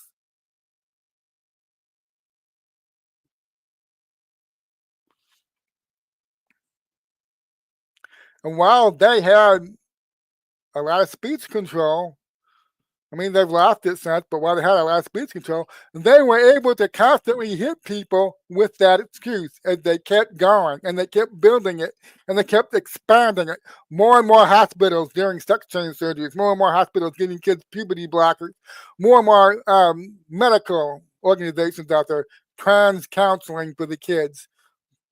Is your daughter or your son sexually confused? Bring them to us. Give them to us. We will help them. Okay. While they had speech control, they were able to, make a lot of progress.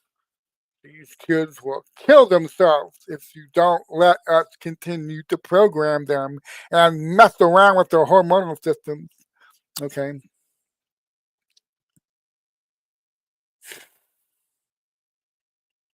They lost their speech control. Everybody realizes this is bullshit now. These kids are being programmed. Not to mention, if the spiritual awakening happens, it's a mostly Christian awakening, a Holy Spirit guided awakening, okay? As more people wake up and realize God made us male and female, this whole thing about trans ideology is nonsense. It's a direct renunciation of nature, of the way God made it. If God made you a male, you are 100% a male. Made you female, you're 100% female.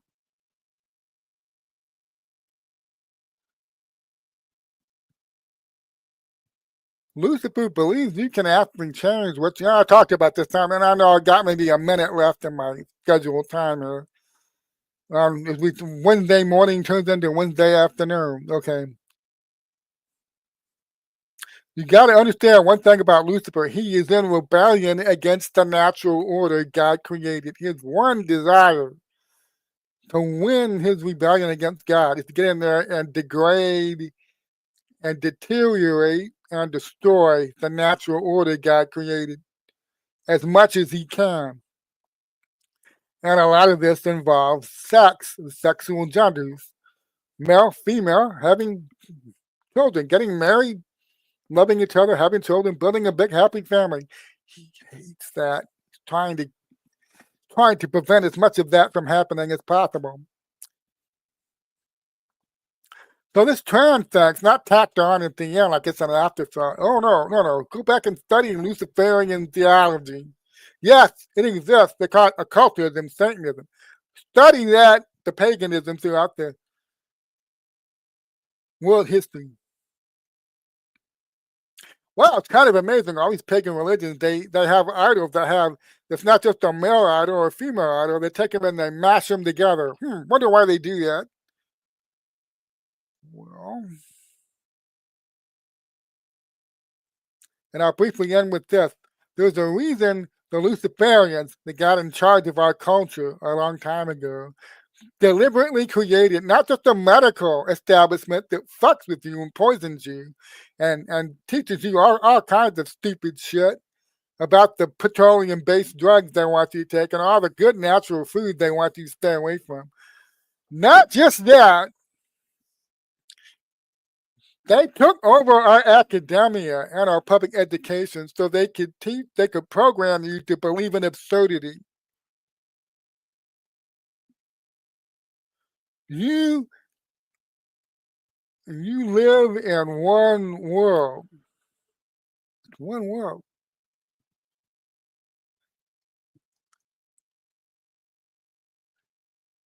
You're taught to artificially divide the physical from the spiritual. They teach you this on purpose. It's one thing, but they want you to artificially separate it in your mind. Physical, spiritual. They needed to do that. See, you don't understand the way ancient cultures looked at me, especially Christian cultures. You don't understand it. You've been brainwashed not to understand it. You've been programmed not to understand this. You're looking at a person who is at the same time, the same relationship, equally physical, equally spiritual. There's no artificial division inside of me between my spirit and my physical body. So you're taught to look at the world around you and artificially divide it between the real physical stuff, matter, and gaseous, fake, probably not real spiritual thing, spiritual dimension. You're taught to separate them so they can attack one and manipulate you on the other. You know, they spent over 100 since they started with Darwin, okay, to teach people that spiritual world is not there. The biggest way you can manipulate people to believe lies from coming from the seventh circle of hell, coming from Lucifer himself, is to convince people that the devil doesn't exist, Satan doesn't exist, the spiritual world doesn't exist. It's all fantasy.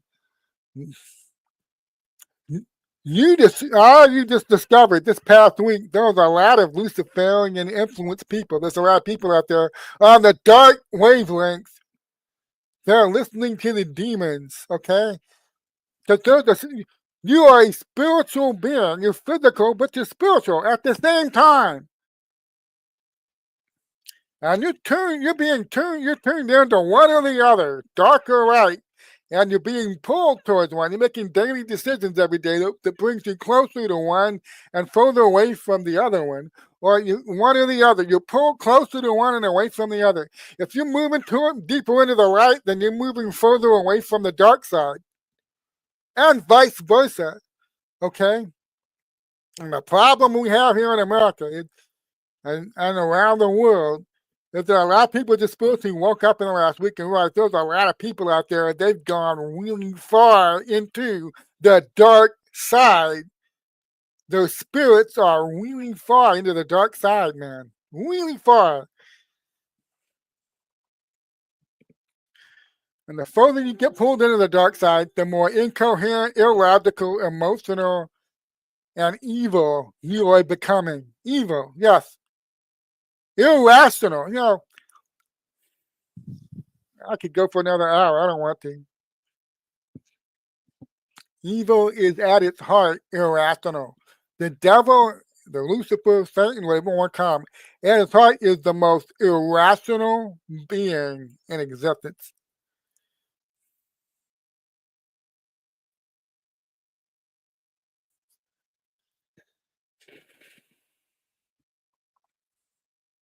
And we've undergone a programming here in America. They got control of all of our academic institutions to deny the reality of that spiritual world while they were polluting our country and literally brainwashing us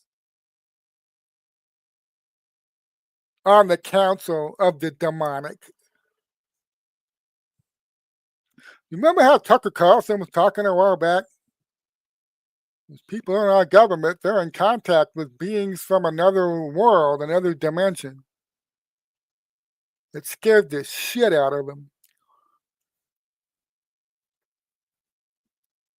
Oh, there's another dimension there, right? All right. Yep.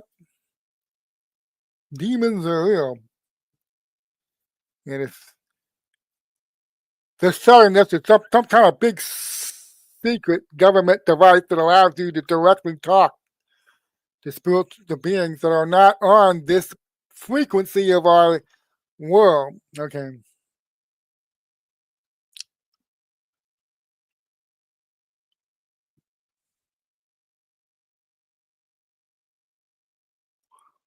There's a spiritual. Okay. I could keep going. All right. We live in one world. We're only experiencing physically one dimension of it.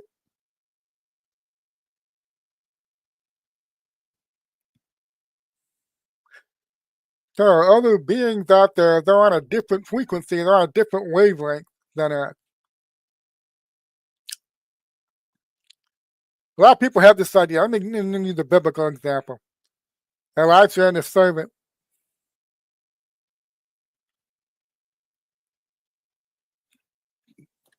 The king is sending soldiers after them. The servant's really worried about it, saying, "Oh my God, this is terrible. There's nobody to help us. This is awful." And the prophet says, "Lord, open his eyes." Now, something happened. He was allowed to see something. His eyes opened. He could see the chariots of the Lord all around them. Army of the Lord was around them.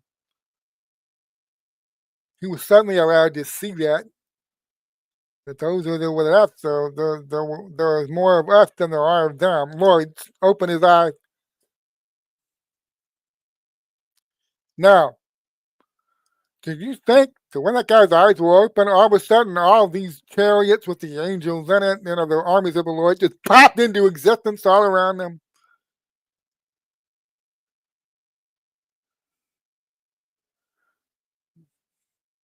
They didn't just pop into existence. They were always there. You just couldn't see them. Why? Well, they're on a different dimension.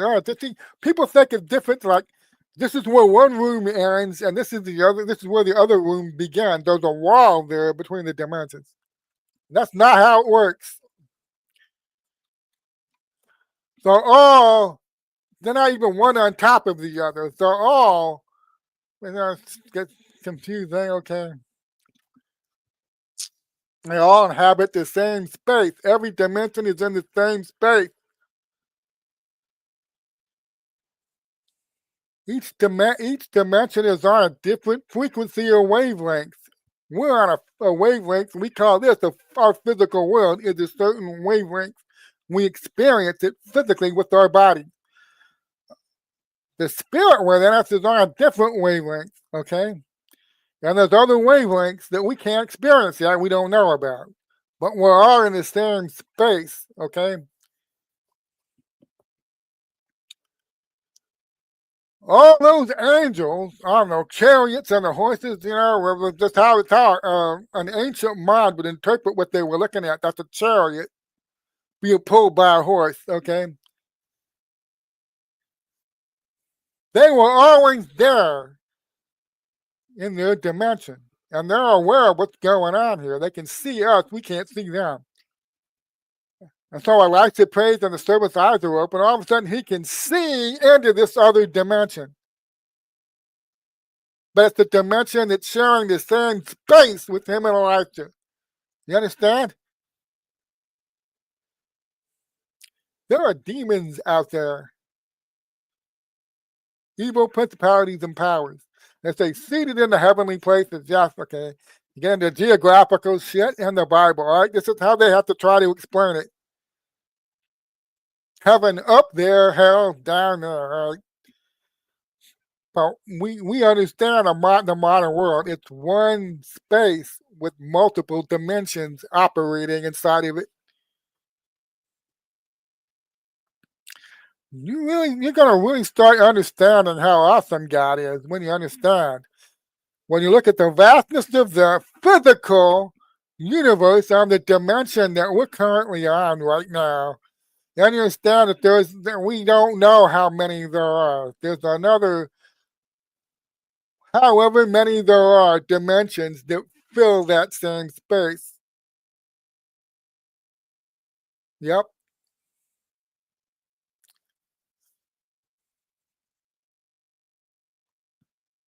We're just one of the dimensions in the same space. And there are spiritual beings out there. Some of them are very, very evil, and you do not want to be listening to them. Do not want to let them influence you or tell you what to believe or guide or steer you. And the problem is, even as we've grown up in a culture that's been dominated by Luciferians, a Luciferian cult, that's been teaching people to artificially separate the physical from the spiritual so they can deny the spiritual and claim that anything's coming out of that fantasy spiritual realm. It's literally affecting the world around you every day in millions of ways. And so Charlie Kirk gets murdered right in front of the whole world on that video. I mean, I don't ever want to see that again. And you realize there are, I call it demonized. There are a lot of people out there that are heavily demonized. They are heavily pulled into the dark, spiritually, the dark side of the spiritual dimension. They are moving further and further away from the light every day based on the choices they make. They're moving further away from the light. Others of us, hopefully, are making good choices, and we're moving further and further into the light and away from the dark. This is the spiritual divide in this country, and everybody's got to make their own decision. Nobody gets to decide for you which direction you're going to move in spiritually. You are the ones that make that decision, dark or light. And man, because we live in a fallen world, start out it's important you have to make a conscious decision to seek the light, start in the dark, and decide to move the light. Jesus described this as, if you seek me, you'll find me. That conversion experience, and you decide, I'm leaving the dark behind, I will move towards the light. God sent Jesus in the world to be what? The light. Those who dwell in the darkness is a great light, and the darkness is never overcome it. We live in an interesting time. There's a cult out there that dominate most of the world. They write themselves out of history. They stay in the background, very, very, very deep in the background. 10 years ago, you would not know the names of most of these people. You would not be able to pick them out of a lineup. You would not be able to. I mean, how many of you have even heard of Neville Royce Singham until this week? How many of you know who Pierre Omidyar is? Most of the people funding this, you don't know their name. They walk right by you in the street. You wouldn't recognize them. But our country's waking up, and part of waking up is realizing that spiritual dimension you've been taught to ignore, you've been taught that isn't even there. Our academia has been quite confidently telling you to not focus on that. It is the physical sciences. That's where all the real stuff is happening. Okay. The spiritual awakening means renouncing that and start to take both those, the physical realm and the spiritual realm, and putting them together like they should have been all along. They are one thing.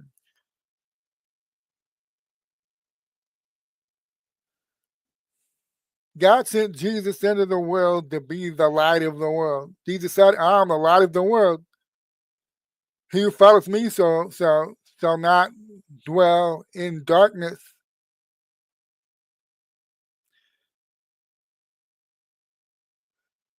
Those who dwelt in the darkness have seen a great light. The light has come into the world, and the darkness has not overcome it. I learned about 300 Bible verses when I was in Bible college. I can still reel some of them off. I don't get every word right, but I can still get pretty close. Okay. We are living in an amazing time that the spiritual awakening is happening, and people are realizing they've been programmed to look at the world, themselves, God, and their neighbors. They've been living in a mental prison where literally half of reality has been shut off to them. They're taught not to recognize its existence. But then they see something as horrifying as a murder in Orem, Utah last week. And they see people celebrating that. And evil, you know, evil can shock you awake to realize that there's something, this is spiritual. Holy shit, that whole part of reality that I was taught to ignore. Uh, that's the thing, but I have to say this. Even if you ignore it's there and don't believe it's there, it's influencing you. A lot of these people you see celebrating Charlie Kirk's death and cheering. Am I saying they're Satanists? Am I saying they're a deliberate Satanist? No. No, I'm not saying that. They may not even believe that Lucifer's real. But listen, just because you don't believe in the devil, just because you don't believe that spiritual world, that spiritual dimension out there is real, doesn't mean it's not influencing you every damn day. Doesn't mean that you're not being programmed and brainwashed by people who had tapped into that wavelength and have authority over you, and they spent their lives programming you to believe certain things. You don't have to believe in Lucifer. You don't have to believe in the devil to be spiritually poisoned. There's a reason Randy Weingarten out there, all these people in the education departments and their public education are in a panic right now. They've been indoctrinating America's kids to love the dark, to seek the dark, to deny that the light and the spiritual side of this even exists. That program is now under direct threat. So Randy Weingarten and all these other people out there shrieking that we're fascists. Christian fascists. Christian fascism is on the rise in America. Did you know that? The Great Awakening continues to happen. Christian fascism is on the rise. They love the dark. They want to see as many people as possible stay in the dark.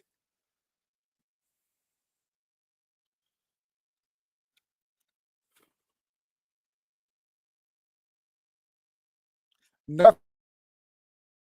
Wake up and they start realizing that God is real, Jesus is real. There's a whole spiritual dimension to life that they've been completely mentally closed off to, and now they start sensing it and they start pursuing it. There are people out there that hate that this is happening and they're trying to stop it. They're doing everything they can think of to nip this in the bud and keep this from continuing. And that's why they shot Charlie Kirk. believe that's a big reason why they shot him.